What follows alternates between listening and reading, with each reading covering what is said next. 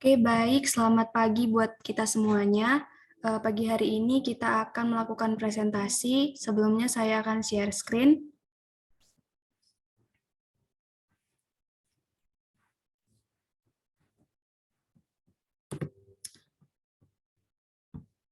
Baik, sudah kelihatan share screen-nya.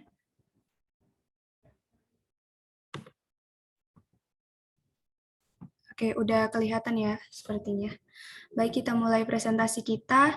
Presentasi kali ini mengenai dietary assessment semi kuantitatif food frequency questionnaire atau SQFFQ. Untuk abstraknya akan dijelaskan oleh teman kita Ellen. Kepada Ellen, saya persilahkan. Semi Quantitative Food Frequency Questionnaire atau SQFFQ adalah metode untuk mengetahui gambaran kebiasaan asupan gizi individu pada kurun waktu tertentu. Metode ini sama dengan metode frekuensi makanan, baik formatnya maupun cara melakukannya. SQFFQ juga dapat mengetahui jumlah asupan zat gizi tersebut secara rinci. Penelitian ini merupakan penelitian analitik observasional dengan desain cross-seksional. Subjek penelitian ini yaitu satu orang dewasa atau jenis kelamin bebas yang ada di sekitar tempat tinggal selain teman mahasiswa gizi seangkatan. Jumlah sampel dalam penelitian ini yaitu 6 orang dewasa. Pengumpulan data dilakukan dengan wawancara mengenai frekuensi konsumsi jenis makanan sumber zat gizi yang terdapat di kuesioner. Hasil analisis dalam kurun waktu 1 tahun, ke-6 responden yang diwawancarai memiliki pola konsumsi pangan dan frekuensi konsumsi yang berbeda-beda. Pemilihan akan menu dan frekuensi konsumsi tersebut disebabkan oleh beberapa faktor, seperti usia, ketersediaan pangan, kebiasaan, lingkungan, budaya, kesehatan, dan ekonomi. Sumber protein yang paling banyak dikonsumsi dalam satu hari yaitu 42,8 gram per hari, dan juga merupakan sumber protein yang paling sering dikonsumsi dalam satu minggu dengan frekuensi 5 kali per minggu atau setara dengan 0,7 kali per hari. Sumber lemak yang paling banyak dikonsumsi dalam satu hari yaitu 71,4 gram per hari, dan juga merupakan sumber lemak yang paling sering dikonsumsi dalam satu minggu dengan frekuensi 10 kali per minggu atau setara dengan 1,4 kali per hari. Saya kembalikan ke moderator. Baik, terima kasih kepada Ellen. Selanjutnya, untuk pendahuluan akan dijelaskan atau akan dipresentasikan oleh teman kita Anggiola. Kepada Anggi, saya persilahkan. Baik, di sini saya akan menjelaskan pendahuluan. Pola konsumsi pangan merupakan gambaran jenis porsi dan ukuran dari makanan yang dikonsumsi oleh tiap individu. Dari pola konsumsi pangan juga terbentuk gambaran mengenai seberapa besar kecukupan gizi yang telah terpenuhi. Penilaian konsumsi makan atau dietary assessment merupakan salah satu metode penilaian status gizi. Metode ini sangat khas dan penting dikuasai oleh ahli gizi. Penilaian makanan kuantitatif adalah untuk mengetahui jumlah makanan yang dikonsumsi dengan melalui beberapa metode penelitian. Semi Quantitative Food Frequency Questionnaire atau SQFFQ adalah metode untuk mengetahui gambaran kebiasaan asupan gizi individu pada kurun waktu tertentu. Metode ini sama dengan metode frekuensi makanan, baik formatnya maupun cara melakukannya. Hanya saja yang membedakan adalah adanya besaran atau ukuran porsi dari setiap makanan yang dikonsumsi selama periode tertentu seperti harian, mingguan, atau bulanan. Selain itu, SQFFQ juga dapat mengetahui jumlah asupan zat gizi tersebut secara rinci. Selanjutnya saya serahkan kepada moderator. Baik, terima kasih kepada Anggi. Selanjutnya mengenai metode yang kami gunakan dalam melakukan dietary assessment ini akan dijelaskan oleh teman kita Mariana. Kepada Mariana, saya persilakan. Selanjutnya metode. Bahan penelitian yang digunakan berupa kuesioner survei yang berisi kuesioner untuk pola konsumsi responden untuk mengetahui gambaran kebiasaan asupan gizi individu pada kurun waktu tertentu. Penelitian ini merupakan penelitian analitik observasional dengan desain cross-seksional. Subjek yang diteliti adalah satu orang dewasa dengan jenis kelamin bebas yang berada di sekitar tempat tinggal. Jumlah sampel dalam penelitian ini yaitu 6 orang.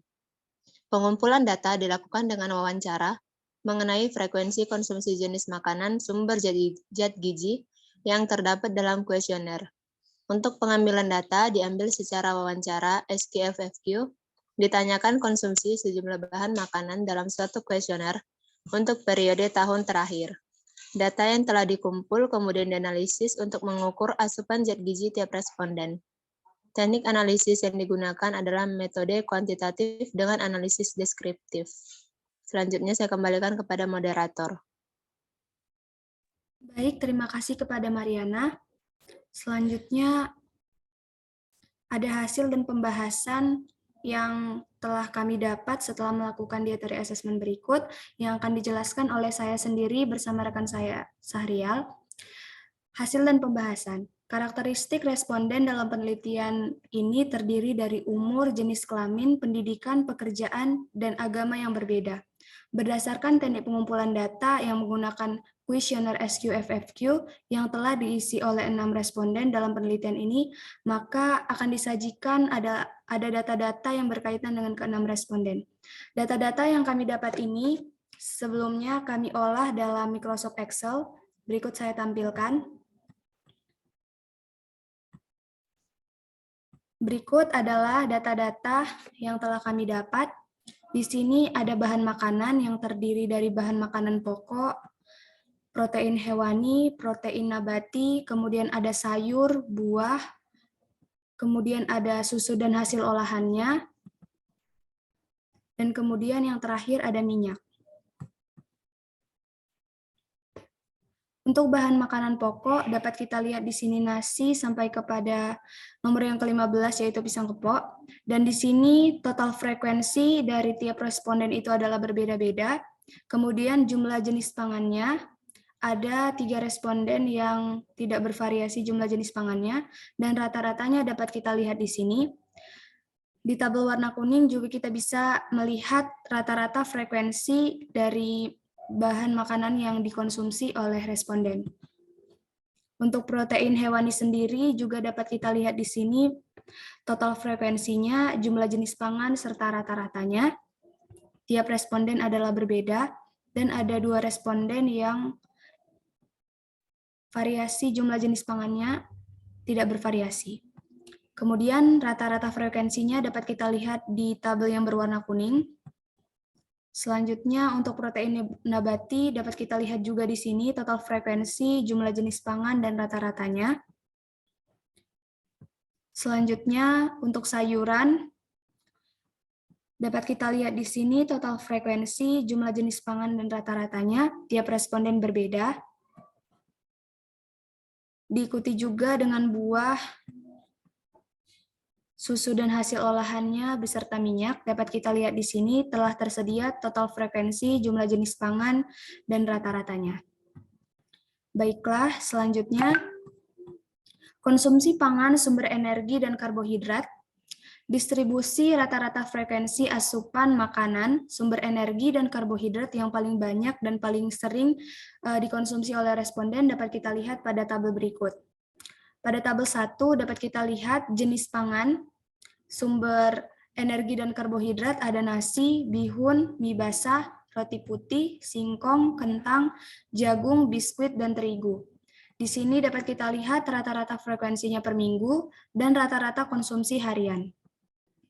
Berdasarkan tabel yang telah kami buat di sini, dapat kita simpulkan bahwa nasi memiliki frekuensi yang paling besar dikonsumsi oleh ke-6 responden dalam minggunya, yaitu sebanyak 21 kali.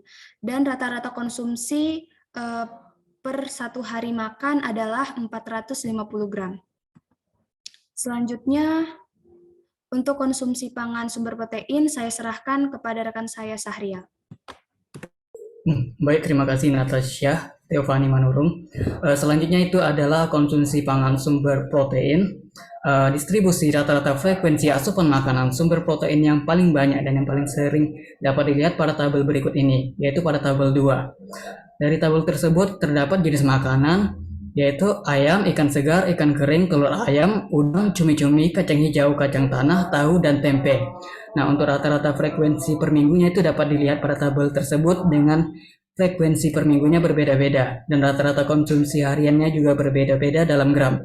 Berdasarkan tabel distribusi rata-rata frekuensi makanan sumber protein responden, dapat diketahui bahwa telur ayam merupakan sumber protein yang paling banyak dikonsumsi dalam satu hari, yaitu 42,8 gram per hari, dan juga merupakan sumber protein yang paling sering dikonsumsi dalam satu minggu dengan frekuensi 5 kali per minggu atau setara dengan 0,7 kali per hari. Dan untuk selanjutnya itu yang C, yaitu konsumsi pangan sumber lemak. Dapat dilihat pada tabel 3, yaitu jenis makanannya ada 3, yaitu minyak kelapa sawit, mentega, dan santan. Rata-rata frekuensi per minggunya dapat dilihat juga bahwasanya frekuensinya berbeda-beda tiap minggu, dan rata-rata konsumsi hariannya juga berbeda dalam gram. Berdasarkan tabel distribusi rata-rata frekuensi makanan sumber lemak responden tersebut, diketahui bahwa minyak kelapa sawit merupakan sumber lemak yang paling banyak dikonsumsi dalam satu hari, yaitu 71,4 gram per hari, dan juga merupakan sumber lemak yang paling sering dikonsumsi dalam satu minggu dengan frekuensi 10 kali per minggu atau setara dengan 1,4 kali per hari. Nah, analisa data dari ketiga tabel tersebut yang mencakup kebutuhan makronutrien individu, yaitu karbohidrat, protein, dan lemak, dapat dikatakan sudah terpenuhi berdasarkan aspek kuantitas dan kualitas. Hal ini sesuai dengan Peraturan Menteri Kesehatan Republik Indonesia Nomor 4 Tahun 2014 tentang pedoman gizi seimbang. Kebutuhan akan karbohidrat cenderung didapat dari beras dengan frekuensi 21 kali per minggu, protein dari telur ayam dengan frekuensi 5 kali per minggu, dan lemak dari minyak kelapa sawit dengan frekuensi 10 kali per minggu. Pemilihan akan menu dan frekuensi konsumsi tersebut itu disebabkan oleh beberapa hal dan faktor seperti usia, ketersediaan pangan, kebiasaan, lingkungan, budaya, kesehatan, dan terakhir yaitu ekonomi. Selanjutnya saya serahkan kembali kepada moderator. Baik, terima kasih kepada Sahrial. Sampailah kita pada penghujung presentasi. Kesimpulan dan saran akan dibacakan oleh teman kita Auxilia. Kepada Auxilia, saya persilahkan. Baik, terima kasih kepada moderator. Baik, di sini saya akan membacakan kesimpulan dan saran. Berdasarkan penelitian yang telah dilakukan, maka dapatlah disimpulkan bahwa distribusi rata-rata frekuensi asupan makanan sumber energi dan protein yang paling banyak dan yang paling sering adalah nasi. Kemudian telur ayam merupakan makanan sumber protein yang paling banyak dan yang paling sering dikonsumsi, dan yang terakhir makanan sumber lemak yang sering dikonsumsi responden adalah minyak kelapa sawit. Dari pola konsumsi pangan yang dimiliki responden dapat dilihat digambarkan mengenai seberapa besar kecukupan gizi yang telah terpenuhi.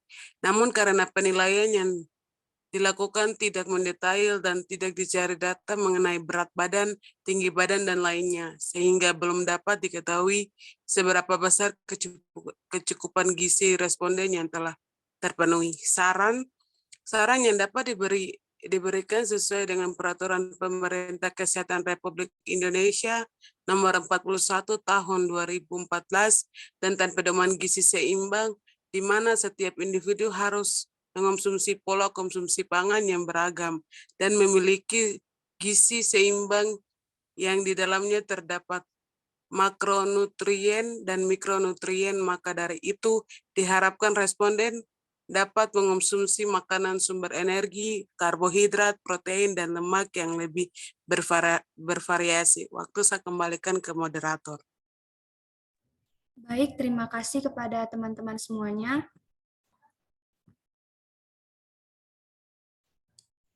Demikian presentasi yang dapat kami lakukan. Kurang dan lebihnya kami mohon maaf. Saya tutup presentasi ini. Selamat pagi buat kita semuanya.